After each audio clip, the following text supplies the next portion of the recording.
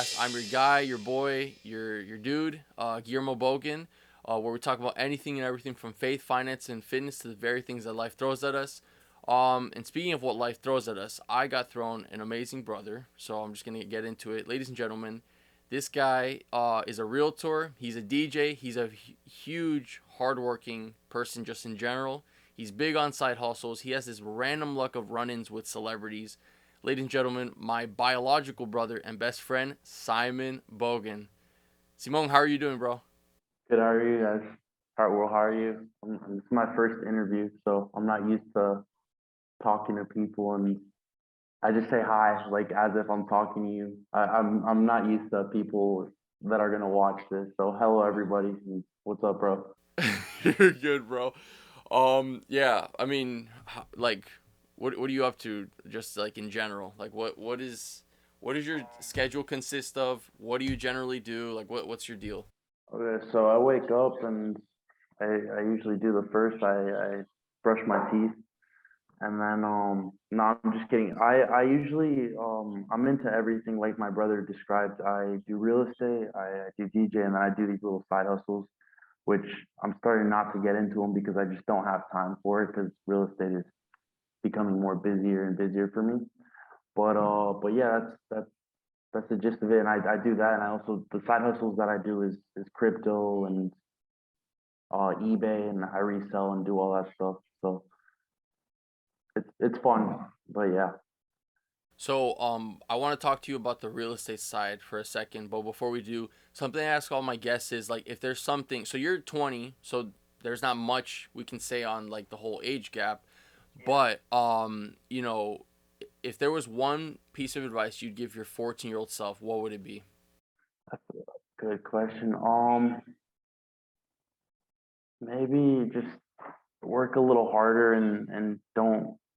The things I regret. The only thing I regret when I was younger, when I was 14, which was 6 years ago, which is crazy to say because time flies by like that, is is don't waste your time on stupid stuff, dude. That's the advice I would give myself personally because, dude, I there's so many things that I did that I just like I would go like and sit in bed one day and just sit on YouTube when I was in high school when there's other things I could have done like started side hustles or I could have worked a job or something, but that's the advice I would give myself personally. You utilize that time and don't waste your time on stupid things because time isn't given back. That's the only thing that you can't get back is time. And something I think about a lot is that I don't know if this is a real quote, but something that I thought about was just like time is the one asset that you don't get a return on, because it's true. So I would say like that's one big, that I agree with you, and that is true. That's one big thing for me as well. So bro, like you didn't take the traditional route of going to college. You went straight to the workforce. How was that transition? First of all, why did you get into real estate to begin with, compared to a trade school job, or a different regular job, or anything in the financial markets? Like, why real estate? Dude, I mean, I don't think I've ever told this story to anyone. I mean, you probably know a little bit of the story, but ever since, remember when we were younger, and when me and Guillermo were younger, Guillermo and I were younger, we would do this thing where we'd go to open houses when we were like 15, 16, right? How old were we? We were, yeah, I think I was 17 and you were 16. Yeah, so we were in high school and we did this job where we were basically like hold signs out on in front of like open houses.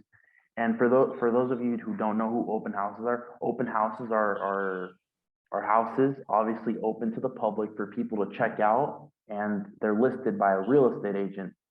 I'm the real estate agent. So what we would do is we'd hold the signs out of the houses and we would just show people like, we'd be like, oh, that's the gate code.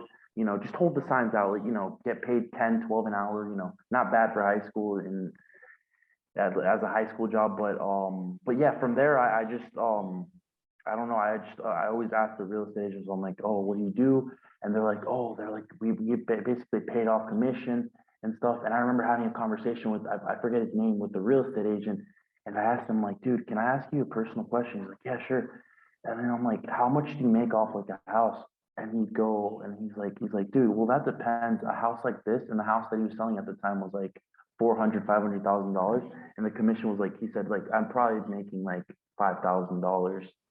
And then I'm just like, as a 16-year-old kid, you're like, wow, that's a lot. And then from there, I just did my research. I'm like, all right, I got to be 18 to be in real estate. I have to, pass this course, pass the state test, and then I'm in. And then I always thought, once I get my real estate license, I'm gonna become a millionaire. Everyone thinks that once they get into real estate, that is not true.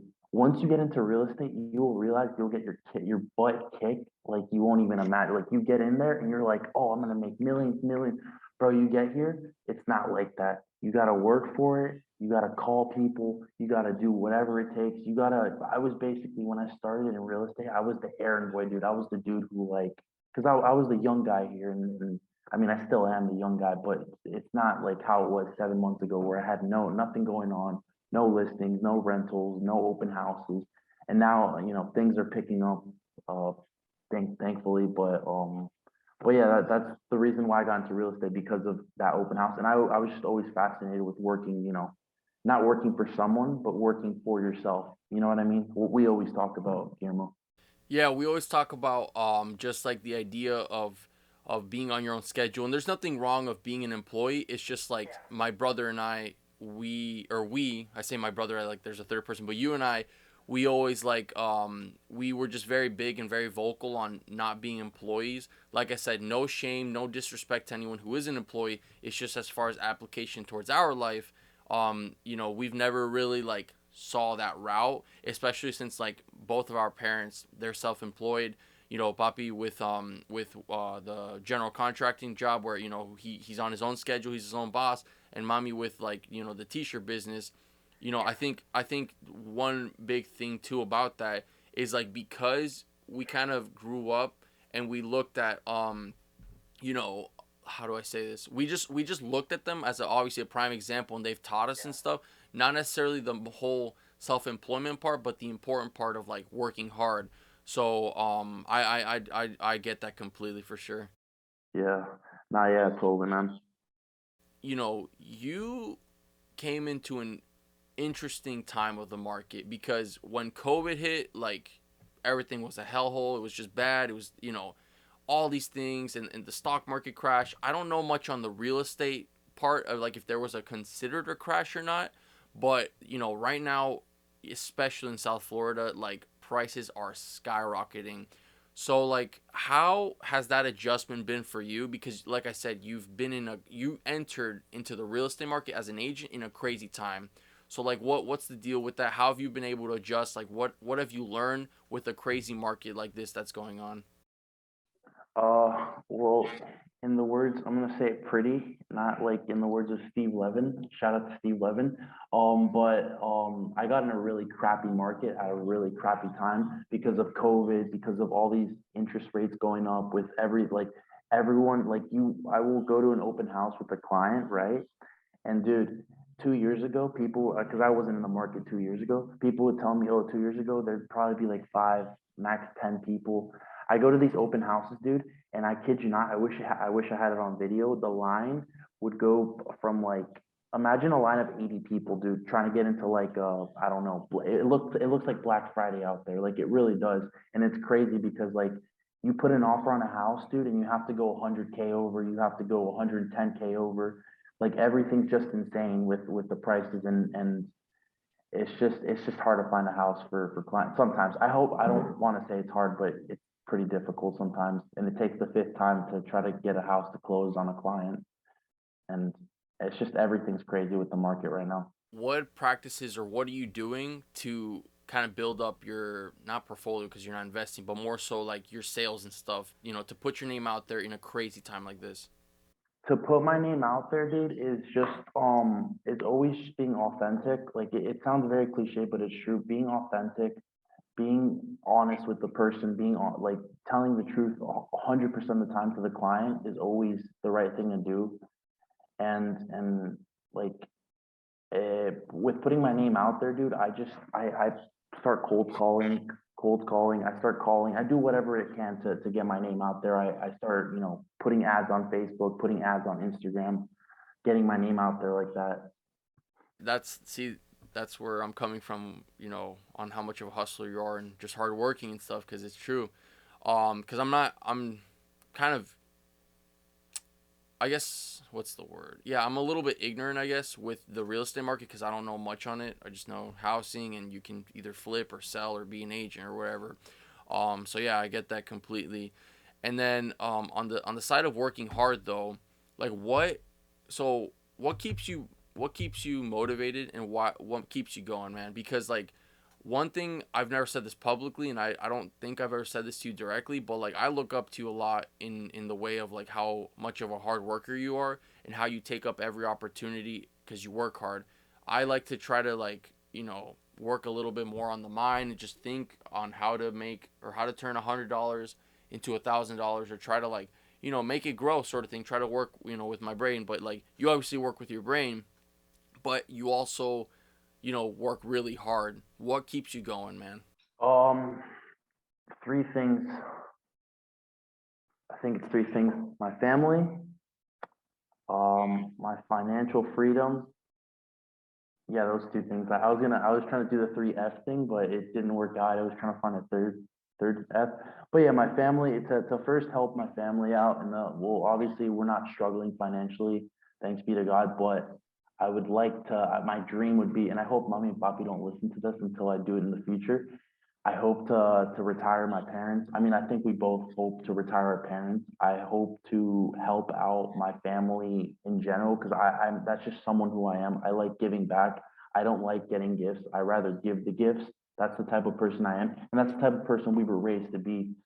So I wanted my first of all my family. That's what keeps me like up and being like oh that's the main end goal. Like I would love to one day buy my mom a house, my parents a house. The second thing is being financially free, not having to worry about my finances in the future. Or like, I'm obviously I don't plan on ever retiring unless it's due to health issues.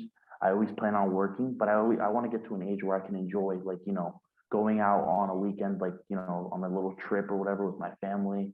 Being financially free, basically, those two things, my family and having that financial freedom. And like adding on to that, what would you say? Like, what do you do to make sure you're not burning out? I guess, yeah, you're not experiencing burnout, but you also like you continue to work hard. So, what would you say to working hard and then your social life? How do you maintain that balance, and how do you make sure you're adjust to not too much of the other, but not so much of this other as well? It's just more so like how do you maintain that balance? Honestly, that's a good question. I honestly go by, other people's schedules because I'm flexible. So if like I want to, go out and with my friends and, go have fun, go out with them in general or, do whatever it is, go to a sporting event.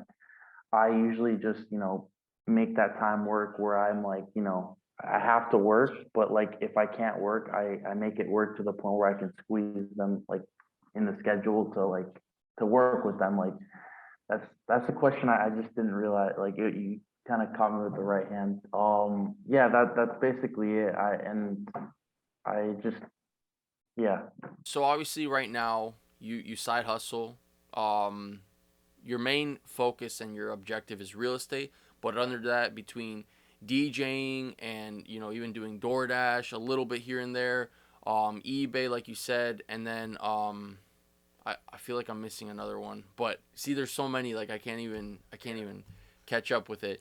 But my question to you is like, what is your plan in the long run? Like, what do you plan to do?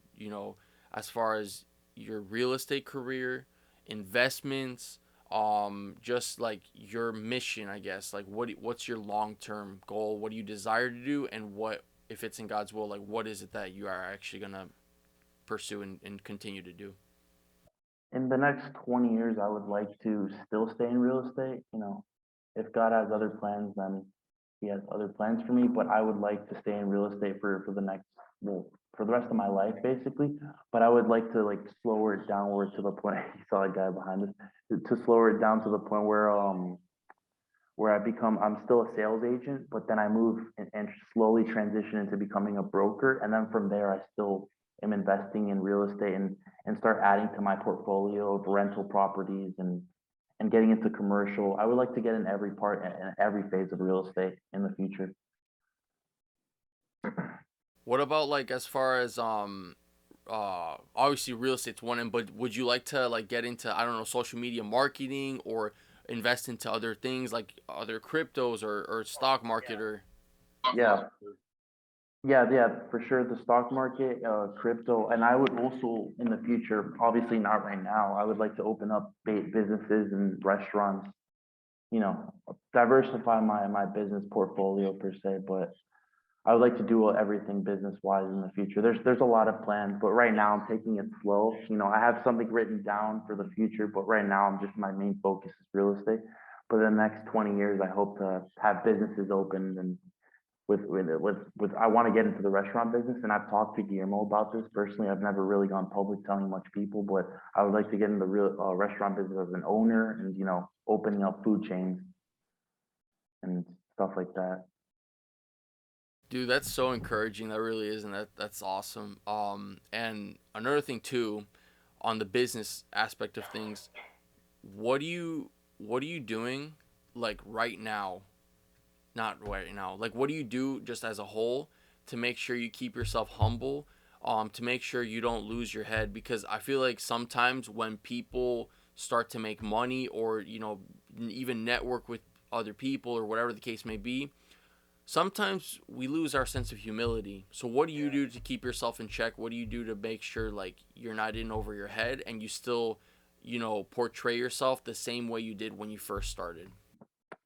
Oh, that's a good question.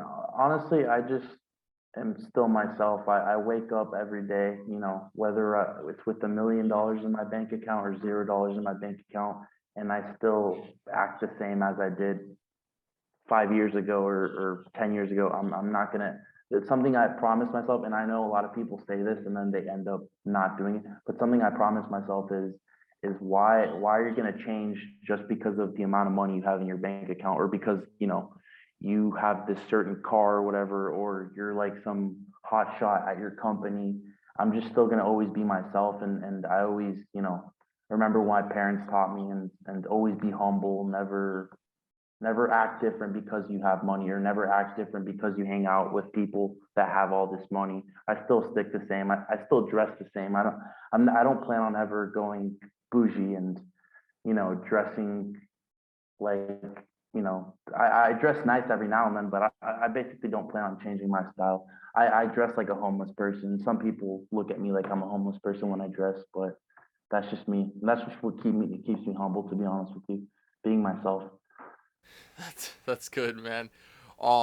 Switching on, I want to switch topics a little bit. So you have like, I don't know how to say this, but you have like the most random luck or coincidences with money, but also celebrity run-ins. You've met so many people. It's super random. It's like it gets me jealous sometimes. I'm not gonna lie.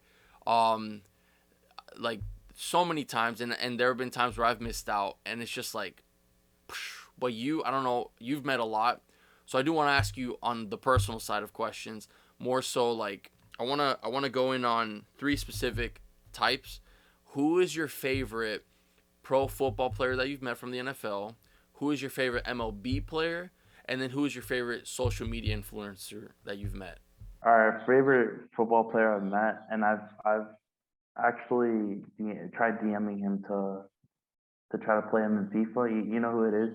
It's Chad Johnson. I met him one time at a soccer. He played for the soccer team. I forgot, it was Boca Raton FC. It was by our house, 5 minutes from our house. And he was playing there and practicing there. So everyone, the Instagram would promote it because Chad Johnson's on our soccer team. It was an amateur sports team. And then I told him, my brothers, and then there was just one kid that was with us. We're like, let's go meet Chad Johnson. We go and meet him. I give him like a soccer jersey I have because I know he likes wearing soccer jerseys. It was the Venezuela one. And then he says, we ask him, we're like, yo, Chad, can you play our brother in FIFA? Because our brother was like, is still this video game guy who knows and is really good at video games. and Chad Johnson, and then we're like, we say something along the lines of, "Oh, he can beat you," and then Chad goes, "F no," he's like, "He can't beat me," but like, that's Chad Johnson's persona. He's a funny guy. He's very sarcastic, but yeah, that was fun. Well, the second one was what baseball player? Yeah. I'd say Salvador Perez. Um, I met him at a charity event. Um, and he was very nice, very humble. Talked to us for a couple minutes, signed a couple baseballs we had, and yeah, that was in like high school, after like 4 years ago, if I remember briefly. And then my favorite social media influencer, dude, is, to be honest, Steve will do it. Um, I met him. I met him. He was like at like some place called Rock Bar. He was like doing a promotion for Happy Dad, and I just saw it on a story, or I saw it on someone's story. I swiped up and asked, "Is he actually going to be there?" Dude, I got there. I was there for 4 hours waiting, and he's like, he's there, and dude, I got his hat, and um I almost got a picture with him, but he was just so busy, and he was just a very nice guy. I was talking to him for a little, and he was just smiling, a little drunk, but that's Steve will do it. That's funny, man. Just cause like I'm not gonna lie. When you sent me when you Facetimed me about with Steve will do it, I was kind of annoyed because I'm like, dang, like I don't really watch YouTube. In fact, I barely watch YouTube. So for me, like Steve will do it. I come across his videos and I think they're pretty funny. And I was like, dang, I'm not gonna lie. This kind of stinks that my brother met him, and I don't know. I was like, dang. It just all happened so fast. I would have told you, but it was just like I didn't eat. I was dehydrated, dude. I was honestly like a little lightheaded, and I didn't eat all day because I was working that day, and then I left work just to go there. And yeah, Nah, you're good, bro. You're good. We're about to wrap up, dude. But I know your socials. But do you want to plug your socials? Your Instagram, personal and real estate, your DJ Instagram if you have one. How if anyone on this channel in South Florida, wants to buy a house from you, like how can they contact you and all these things? um, contact me by email. The best way to reach out to me is on my Instagram because you have all my contact info. It's right there, Simon Bogan Jr. dot realtor, and you have all my contact info, and you could always DM me if you don't want to email or call me. Yeah, man, that's it. And then shout out Guillermo Bogan for having me. This is my first interview, guys, first of many, but it was a privilege that it was my brother and not like Jimmy Kimmel or Joe Rogan. That's awesome, man. Thank you for that. I appreciate the shout out. So, bro, thanks honestly for being on the podcast. I appreciate you. Thanks for taking the time because I know you're really busy and I know you're very productive with your work life and stuff. And you actually have a meeting to head to. I'm pretty sure you told me. But yeah, man, thank you for coming on. I hope we can have you on again. We can talk about I don't know business related things or even life things or whatever the case may be. Thank you, bro. Yeah, bro, thanks for having me. I'll talk to you later, bro.